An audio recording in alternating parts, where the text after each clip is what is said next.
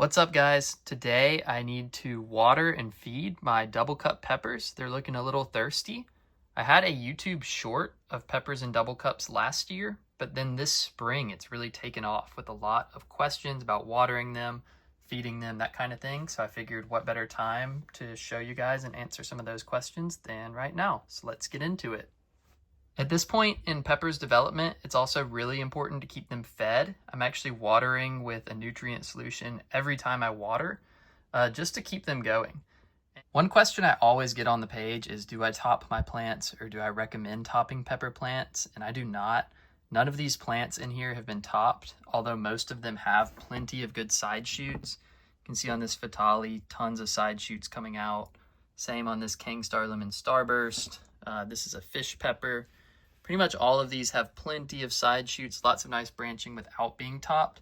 And that's because I have them well fed and with good light. So as long as you're giving your plants the nutrients they need and good light, they should branch completely on their own. No need to cut a piece off. In my experience, that sets them back, if anything. This is the plant's solar array here generating energy, so I don't see how removing a piece of that array could ever set them ahead. So I don't top my plants, I just keep them well fed. In my initial video of the double cup, I used hydroponic nutrients in the reservoir to keep them fed, and I'm about to go over a little bit of how I do that today. That is what I'll be using today. People ask me, hey, can you use organic fertilizer? You can use any water-soluble fertilizer to do this. Dealer's choice. For me, it makes sense to use hydroponic nutrients just because they have no smell, and I'm growing these indoor. Most of my organic fertilizers that are liquid have fish smell or things like that. I've been using this one on my outdoor plants so far this spring, really like it. But now we're gonna mix up some of these for these plants. Works well, has no smell, not organic though, if that is of concern to you. So let's get into it. To mix up the solution, it's all via a gallon of water. So I have a gallon of water right here, just in a reused bottle. And then on our nutrients, we have a table that will tell us application methods. There's different ones. We're going to use the aggressive vegetative growth method, and it tells us how many teaspoons per gallon of each of the 3 hydroponic nutrients to use. So for aggressive vegetative growth, we're going to use 3 teaspoons of Flora Grow, 2 teaspoons of Flora Micro, and 1 teaspoon of Flora Bloom. I've got my teaspoon right here, so I'm just going to add it to the water. I hope this video is helpful for some of you that are trying to maybe do the double cup method for the first time on your own. It's been a great method for me the last couple years, and if you do find the video informative, please consider leaving a like, as that really helps my page. It's 3 of Grow,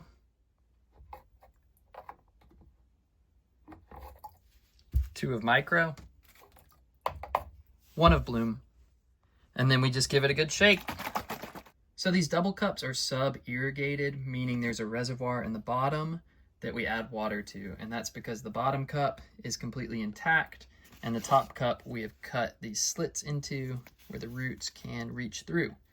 To make that gap, I have a pebble in there. It's just a piece of gravel from my driveway.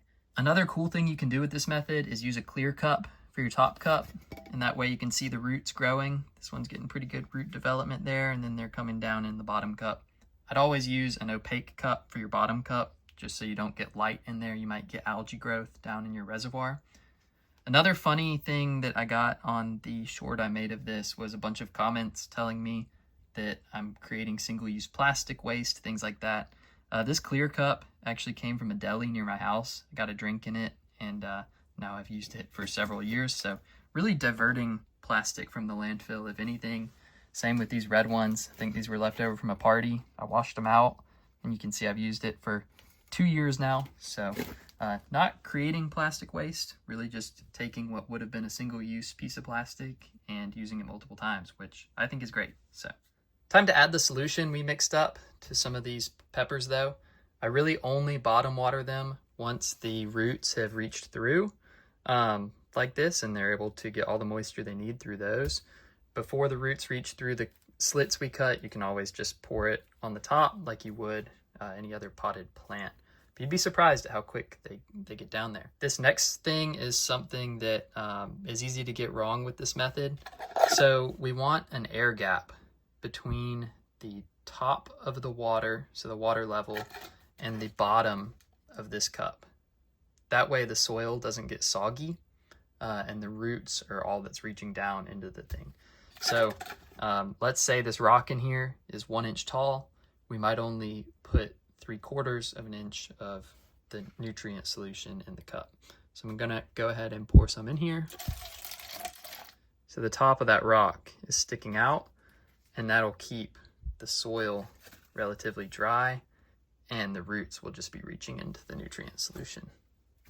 But that's all there is to watering peppers in the double cup. So I'm probably going to end this one here. These things are getting pretty big though, so I'll be hardening them off soon and transplanting them outside.